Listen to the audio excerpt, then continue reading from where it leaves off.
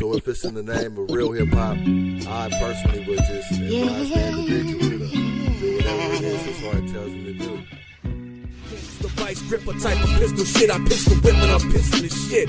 She's the reason lyrics get completely explicit. West bread, if she throws up. What do you think are the highlights?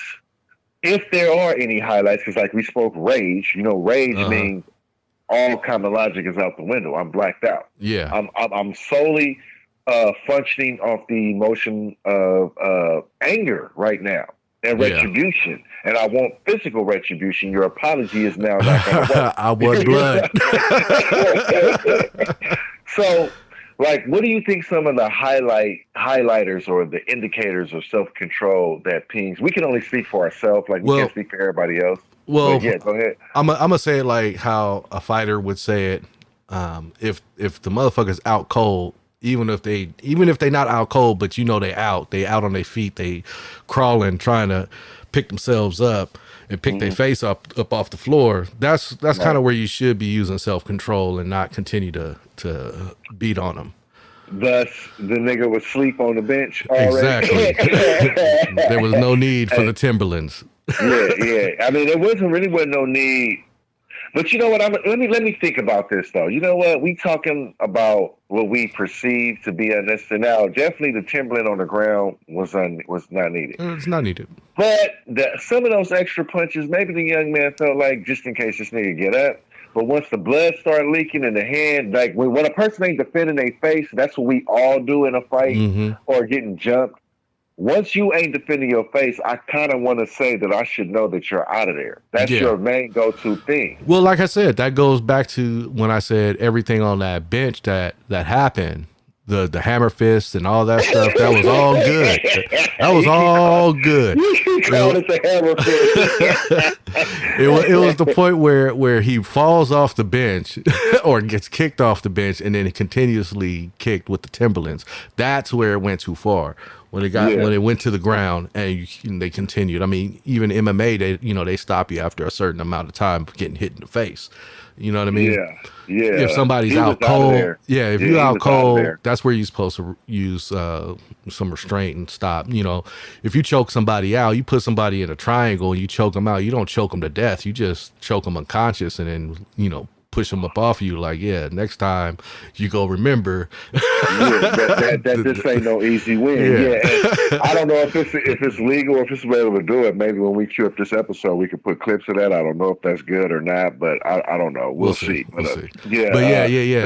Again, like I said, if you choke somebody out to death, you've potentially facing a manslaughter charge. You beat somebody to death, you potentially facing a manslaughter charge. So when somebody hits the ground, hits the deck, unless they still getting up, like, oh nigga, that was just you got me on a flash knockdown. I'm not out. I'm good. Then that's different.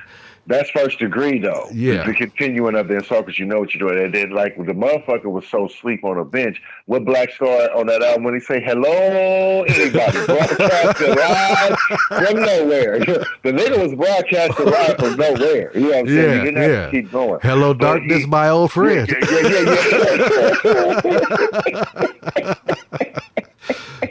Oh shit!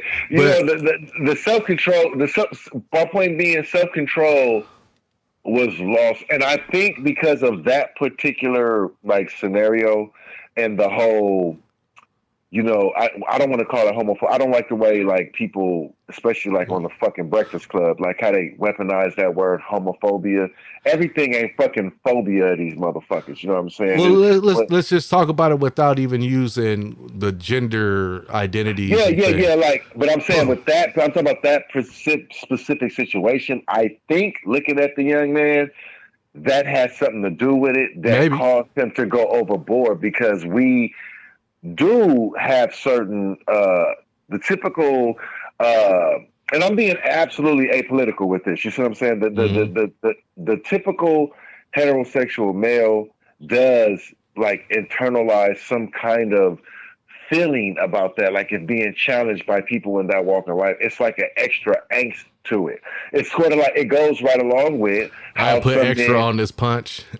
I gotta put these Timberlands down extra. Like when a nigga do like bitch ass nigga, it's like, okay, fuck you, you bitch ass nigga. Okay, that's how it can be handled. But when a female go, you bitch ass nigga, like, oh bitch, you know, nigga, like it's time to pick this whole apartment building up now. You know what I'm saying? The Hulk smash now. You know what I'm saying? So it's something that I'm just saying. You're right. It has nothing to do with the. I'm not talking about that person's whatever it seemed to be their sexual preference. That's not the point. The point is, I think that if that would have been a regular guy without that extra element of that conflict, maybe it wouldn't have went that far. Maybe it would have. You know what I'm saying? But I've seen it be just two regular guys and it not go that far, dude. I've seen that too, and I've seen it where it was two regular guys and it's gone that far. I've seen it with like gang shit. I've seen it with, like you said, females involved with it. Then niggas lose that temper. I've seen it, but I mean, come on. Normally, no. If we gonna get down, we gonna get down. And people do lose their tempers in fights. Yes, they do. People knock people out, knock people down. I've seen way more people knock a motherfucker out, and people like, oh, he out, and they just get up and walk off with the victory.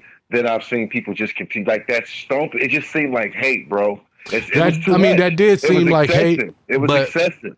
At the same time, the people filming should have stopped it at the Timberland boots. Oh no, they too busy world starring on that punk shit that these motherfuckers. When the 12 gauges came out, they should have been like, no.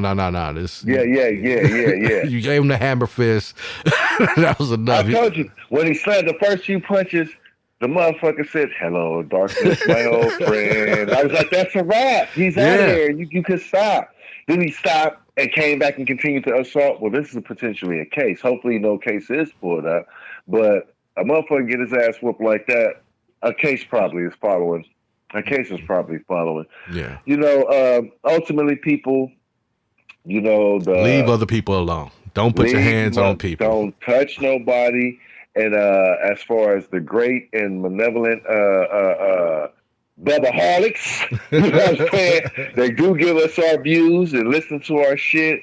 Knock that bullshit out. Practice self-control, because I think in certain scenarios, it's almost like self-control is voided for this situation, but you can contemplate and think and regulate your self-control over here. You know what I'm saying? Like I've heard motherfuckers say, man, I wasn't finna do that shit. If I'd have did that shit, I would have went to jail. Well, nigga, would you have not? Can you not possibly go to jail for this kind of assault? So that's why I say the rage and the hate, and we internalize these feelings, these phobias, as it were, about whatever's going on. You know, they just seem to not have that control. You know what I'm saying? But whatever, practice self-control, my people. You know. Yeah. Don't get your ass on film getting knocked out and stomped out.